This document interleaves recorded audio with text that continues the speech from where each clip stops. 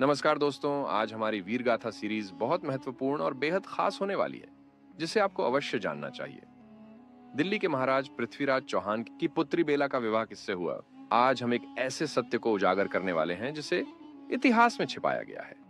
मोहम्मद गौरी को 17 बार हराने वाले महाराज पृथ्वीराज चौहान का इतिहास तो हमें बचपन से बताया गया है, परंतु इतने बड़े सम्राट पृथ्वीराज चौहान को भी बार बार युद्ध में हराने वाले कौन थे, जिन्होंने पृथ्वीराज चौहान जैसे सम्राट को कई बार जीवन दान दिया? कौन थे वो जिन्होंने पृथ्वीराज चौहान जैसे सम्राट की पुत्री बेला का डोला अपने बल और तलवार की नोक से ले गए? इन सभी सवालों के जवाब जानने के लिए आप हमारे वीडियो में बने रहिए। उससे पहले आप यदि हमारे चैनल पर पहली बार आए हैं तो चैनल को सब्सक्राइब कीजिए। अब हम कहानी पर आगे बढ़ते हैं। दिल्लीपति पृथ्वीराज चौहान की पुत्री बेला के यौवन का जब सखियों ने एहसास दिलाया तो माता अगवा ने पति पृथ्वीराज से वर ढूंढने का आग्रह किया। उस काल में क्षत्रियों के रीति रिवाज में इतिहास की भारी गलतियां थीं। राजाओं में मिथ्याभिमान और झूठी शान दिखाने की प्रवृत्ति ज्यादा थी। उस समय के राजाओं में जितना शारीरिक बल तथा युद्ध कौशल था, यदि वे सब राष्ट्रीय एकता, अखंडता और एकात्मता पर ध्यान देते तो आज भारत सबसे शक्तिमान देश होता। देखिए, महाराज पृथ्वीराज ने बेटी बेला का वर खोजने के लिए क्या किया तथा क्या लिखा। उन्होंने अपने पुत्र के साथ 4 साथी और एक पंडित को भेजा। 80 हाथी, 60 पालकी, 1000 घोड़े और 3 लाख का सामान टीका स्वीकार करने वाले को देने के लिए तय किया। साथ में एक पत्र भी था जिसमें लिखा था, पहला युद्ध तो द्वार पर होगा। इसके बाद मंडप में भांवर पड़ते के समय करा जाएगा। भांवर के बाद कलेवा करने को दूल्हा अकेला ही अंदर जाएगा, वहां उसका सिर काट लिया जाएगा। लड़के में हिम्मत हो तो स्वयं को बचा लेगा, अन्यथा मारा जाएगा। पुत्र ताहर टीके का सामान लेकर कई राजाओं के पास गया। किसी ने टीका स्वीकार नहीं किया। 4 मास तक घूमकर कोई भी वर नहीं मिला। फिर ये लोग उरई नरेश माहिल के घर गए। माहिल ने समस्या सुनी तो सलाह तुरंत दी। कन्नौज के राजा अजयपाल के पुत्र, रतिभान के पुत्र लाखन का तिलक कर दो।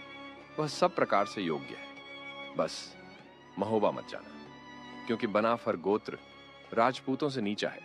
ताहर रिश्ता लेकर कन्नौज भी पहुंचा, परंतु रतिभान ने टीका स्वीकार नहीं किया। वे माहिल के पास से लौट रहे थे तो रास्ते में मलखान मिल गए।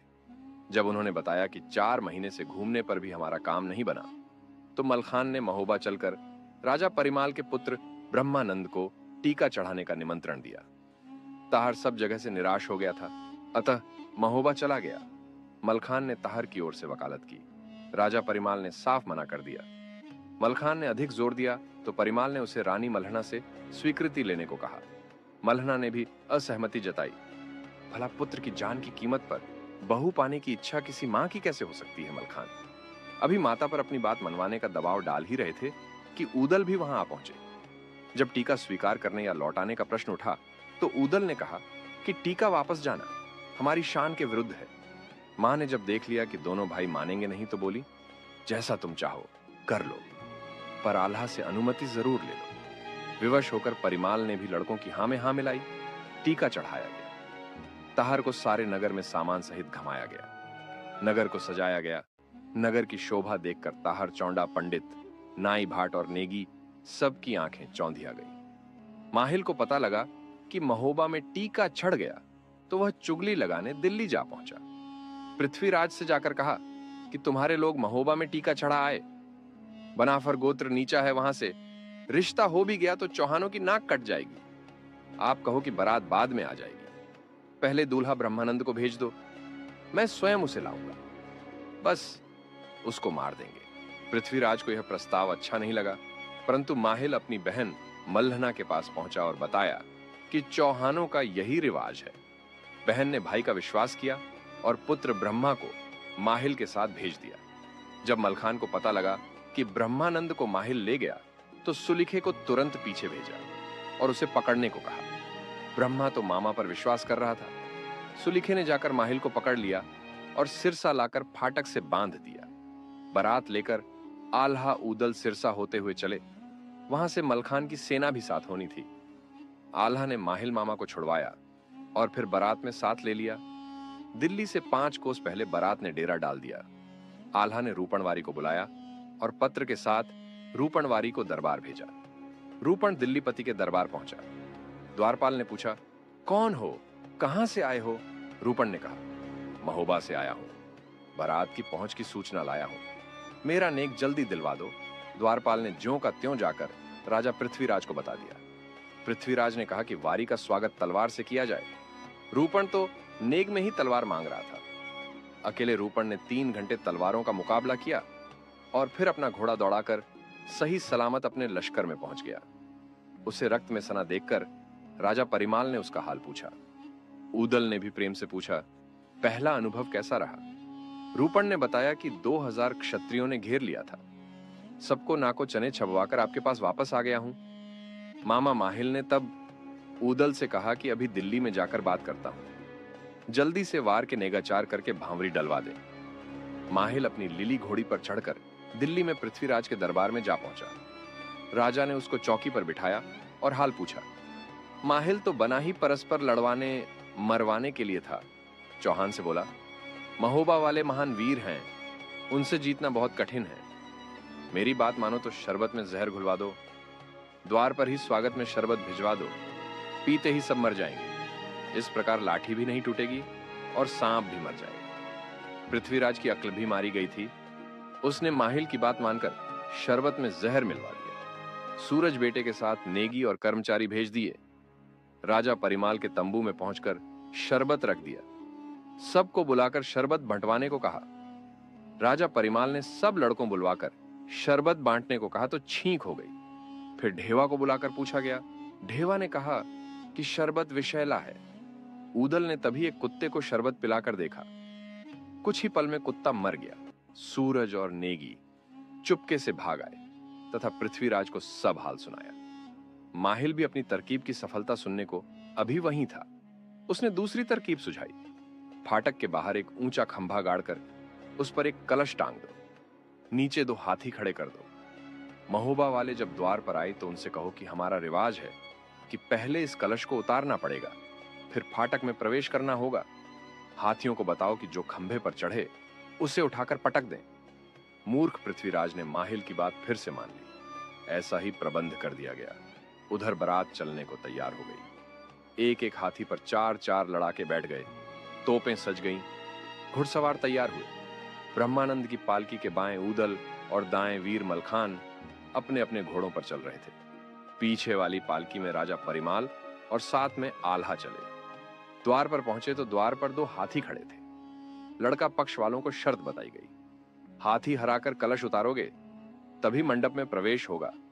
पृथ्वीराज चौहान समझ रहे थे कि महोबा वालों की शान अब धूल में मिल जाएगी। उसे क्या मालूम था कि कलयुग में ये पांडवों के अवतार हैं। ऊदल भीम है और मलखान सहदेव। जिसे दूल्हा बनाकर लाया गया है वह स्वयं अर्जुन है। आल्हा ही धर्मराज युधिष्ठिर है और लाखन नकुल है। पृथ्वीराज को तो यह भी नहीं मालूम था कि उसकी अपनी बेटी बेला भी द्रौपदी ही है। बारात दरवाजे पर पहुंची। चौहान ने अपनी शर्त बता दी। मलखान ने हाथी का दांत पकड़ा और घुमाकर जमीन पर पटक दिया। दूसरे हाथी की सूंड पकड़कर ऊदल ने हाथी को घुमाकर दूर फेंक दिया। पृथ्वीराज ने दांतों तले अंगुली दबा दी। फिर बारात के मंडप में प्रवेश करने से पूर्व ब्रह्मानंद की चौकी सजाई गई। पंडित ने वेदी सजाकर पूजा का काम शुरू कर दिया। महिलाएं मंगलाचार गाने लगीं। फाटक पर कलश उतारने के लिए जगनिक खंभे पर चढ़ने लगा। पृथ्वीराज के पुत्र ताहर ने कमलापति को आदेश दिया। जगनिक और कमलापति दोनों परस्पर भिड़ गए। 3 बार जगनिक चोट बचा गए। जब जगनिक ने तलवार मारी तो कमलापति की ढाल कट गई। चांदी के फूल भी गिर गए। पेट पर घाव लगा और कमलापति धराशायी हो गए। ताहर ने फिर रहमत सहमत को भेजा। तब ऊदल ने मन्ना गुजर को बुलवाया। ढेवा भैया को भी इशारा कर दिया। दोनों ओर से तलवारें खटाखट चलने लगीं। रहमत सहमत भाग गए। तब ताहर ने तोपों को बत्ती लगवा दी। पृथ्वीराज के 7 बेटे ताहर, गोपी, सूरज, चंदन, सदन, मदन और पारद भी तलवार चलाने लगे। दोनों ओर के जवान कट कट कर गिरने लगे। तब तक ऊदल खंभे पर चढ़ गए और कलश को उतार लिया। अब तो शर्त पूरी हो गई। मंडप में महोबा वाले प्रवेश कर गए। माहिल मामा फिर चुगली करने। पृथ्वीराज चौहान के पास पहुंच गया। बोला, महोबा वालों से कहो कि समधौरा पहले करना होगा, फिर ब्याह करना होगा। ऊदल ने राजा परिमाल से जाकर कहा। परिमाल राय पालकी पर सवार होकर आए। समधौरा का अर्थ है समधियों का मिलन। समधी अर्थात वर के पिता और कन्या के पिता की भेंट है समधौरा। पृथ्वीराज के मुकाबले राजा परिमाल बूढ़े थे, शस्त्र भी त्याग चुके थे, इसलिए उन्होंने ऊदल से कहा कि कोई धोखा ना हो जाए। ऊदल और मलखान ने तब आल्हा से कहा कि समधौरा आप करें, क्योंकि बड़ा भाई भी पिता समान ही होता है। इस प्रकार आल्हा तैयार होकर अपने पंचशावध हाथी पर सवार हो गए। ऊदल अपने वैंदुल घोड़े पर और मलखान अपनी घोड़ी कबूतरी पर सवार हो गए। द्वार पर पृथ्वीराज से मिलनी करनी थी। नीचे उतरकर आल्हा और राजा पृथ्वीराज आपस में गले मिले।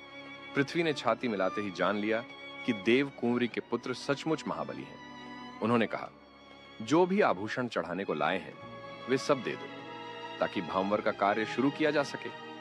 फिर मलखान ने गहनों का डिब्बा और कपड़े महल में भेजने के लिए रूपणवारी को बुलवाया। उसे गहनों का डिब्बा और कपड़े सब दे दिए। रूपण लेकर चला गया। दुल्हन बेला को बुलवाया गया। गहनों को जांच करते बेला नाराज हुई। रूपण से बोली, ये सब गहने कपड़े कलयुग के हैं, उनसे कहना द्वापर वाले गहने कपड़े भेजें। ये बात आल्हा से कहना रूपण सब सामान वापस लेकर आ गया। आल्हा से सारी बात बता दी। आल्हा ने तब झारखंड के मंदिर में मां जगदंबा का यज्ञ किया और अपना सिर चढ़ाने लगा तो देवी ने दर्शन दिए और समस्या बताने को कहा। आल्हा ने सारी कथा सुना दी। देवी ने आल्हा से कहा, तुम यहीं बैठो, मैं इंद्रलोक जाकर पता करती हूं। इंद्रदेव ने वासुकी नाग को द्वापर वाले गहने कपड़े लाने को कहा। वासुकी थोड़ी देर बाद द्रौपदी वाले गहने कपड़े ले आए। इंद्र ने ये देवी को दिए और देवी दुर्गा ने लाकर आल्हा को दिए। आल्हा उन्हें लेकर लश्कर में आए तथा द्वापर वाली चूड़ियां और चुनरी रूपना के हाथ फिर रंग महल में भिजवा दिए। उन गहनों, चूड़ियों और चुनरी को देखकर बेला बहुत प्रसन्न हुई। उसे पता था कि वही द्रौपदी है और आल्हा युधिष्ठिर है। सारे पांडव वही हैं। काम हंसी खुशी निपट सकता था, परंतु माहिल फिर पिथैरा राय के पास जा पहुंचा। वह काम बिगड़वाना ही चाहता था। माहिल ने कहा, जितने महोबा वाले घर के हैं उन सबको बुलवा लो। इधर कमरों में हथियारबंद राजपूतों को छिपा दो। सबको मंडप में बिठाकर सिर कटवा लो। अब क्या था, मोती के हाथ सूचना आल्हा के पास भेज दी। ऊदल ने लश्कर तैयार करना चाहा तो मोती ने कहा कि रिवाज यह है कि केवल घरवा ही जाएंगे। फिर तो घर परिवार के लोग ही तैयार हुए और अपने शस्त्र लेकर चल पड़े। ब्रह्मानंद पालकी में गए थे। मंडप में पंडित तैयार थे। अक्षत, चावल फेंक कर वर का स्वागत किया और चौकी पर बैठाया। बेला कन्या से गठबंधन करवाया और हवन प्रारंभ कर दिया। मंडप में भी युद्ध होना जरूरी था। तिलक की चिट्ठी में ही खुलासा कर दिया था। भांवर पड़नी शुरू हुई तो सूरज ने ब्रह्मानंद पर तलवार से वार कर दिया। जगनिक ने तुरंत अपनी ढाल अड्डा दी। फेरा पूरा हो गया। दूसरा फेरा पड़ने लगा तो पृथ्वीराज के दूसरे पुत्र चंदन ने चतुराई से वार किया। दूसरे वार को देवपाल ढेवापर ने बचा लिया। तीसरी भांवर शुरू हुई तो मर्दन ने तलवार घुमाई। मन्ना गूजर ने उस चोट को अपनी ढाल अड़ाकर नाकाम कर दिया। चौथी भांवर पर सरदन ने वीरता से कटार मारी तो जोगा वीर ने वार ओंठ लिया। पांचवें फेरे पर बेला के भाई गोपी ने हाथ आजमाया तो भोगा आगे अड़ गया। छठवीं भांवर पर पारट ने खांडा चलाया तो स्वयं ऊदल ने अपनी ढाल पर रोका। सातवें फेरे पर ताहर भाई ने ब्रह्मानंद पर चोट करी तो वीर मलखान ने संभाल ली। इतनी बाधाओं के होते हुए भी सातों भांवर पूरी हो गई। आखिर चुगलखोर माहिल की सिखावन का उपाय भी सामने आ गया। कमरों में छिपे हथियारबंद सैनिकों ने हल्ला बोल दिया। महोबा वाले भी सोए हुए नहीं थे। दोनों ओर से खटाखट तलवारें चलने लगीं। महोबा वाले परिवार के भाइयों ने 2000 सैनिकों को मारकर भगा दिया। खून में सब लथपथ हो गए, यहां तक कि बेला के वस्त्र भी खून में भीग गए। बेला के सातों भाई इन वीरों ने बांध लिए। पृथ्वीराज के पास समाचार पहुंचा तो वह भी घबरा गया। माहिल की बताई सब तरकीब विफल हो गई। चौंडा पंडित ने पृथ्वीराज को बताया कि उदय सिंह राय ही सबसे बड़ा वीर है, मैं अभी उसका इलाज करता हूं। चौंडा पंडित को द्रोणाचार्य का अवतार कहा गया है। वह युद्ध की हर कला में माहिर था। मंडप में पहुंचकर चौंडा पंडित ने महोबा के वीरों की सराहना करते हुए आल्हा से विनती की कि सातों भाइयों को खोल दे। तुमने हर मोर्चे पर विजय प्राप्त कर ली है। जो छोट मोटे नेक बाकी रह गए हैं उन्हें जल्दी से निपटाओ। आल्हा ने तुरंत सातों भाइयों को छुड़वा दिया। तभी नाइन ने आकर कहा, वर ब्रह्मानंद को अब भीतर भेज दो, कलेवा करके रस्म पूरी करें। पर बांधी ने कहा, महल में अकेला लड़का ही जाएगा। ऊदल बोले, हमारे यहां वर अकेला नहीं भेजा जाता, उसके साथ घर वाला जरूर जाता है। ब्रह्मानंद के साथ ऊदल भी कलेवा करने महलों में गए। चौंडा राय ने महलों में जाकर षड्यंत्र का शेष भाग पूरा किया। वह लहंगा ओढ़ना पहना और छूड़ी चोली पहनकर घूंघट निकालकर महिलाओं में मिल गया। दुष्ट ने कमर में एक जहर बुझी छुरी छिपा कर रखी। महिलाओं को भी इस षड्यंत्र का पता न चला। अगमा रानी ने ब्रह्मानंद और ऊदल के लिए जैसे ही थाल परोस कर रखे, पहला कौर लेते ही चौंडा ने ऊदल के पेट में जहरीली छुरी मार दी। ऊदल विष के प्रभाव से मूर्छित हो गया।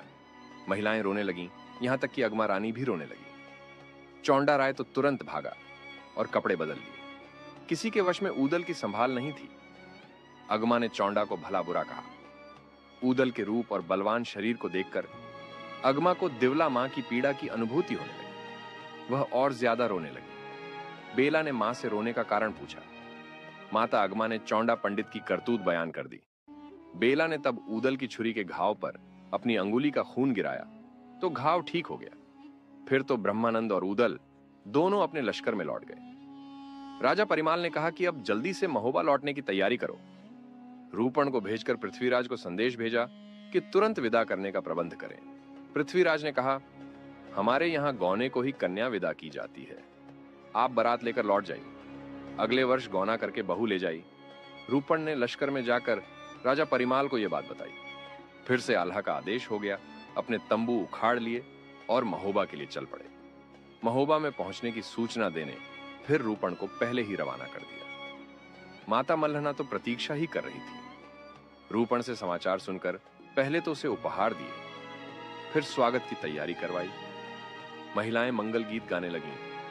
ब्रह्मानंद की पालकी द्वार पर आई तो उन्हें उतारा गया। आरती उतारी गई। आल्हा, ऊदल, मलखान, ब्रह्मा आदि सभी भाइयों ने माताओं मल्हना, दिवला, तिलका के चरण छूकर आशीर्वाद लिया। इस प्रकार ब्रह्मानंद बेला से विवाह संपन्न हुआ।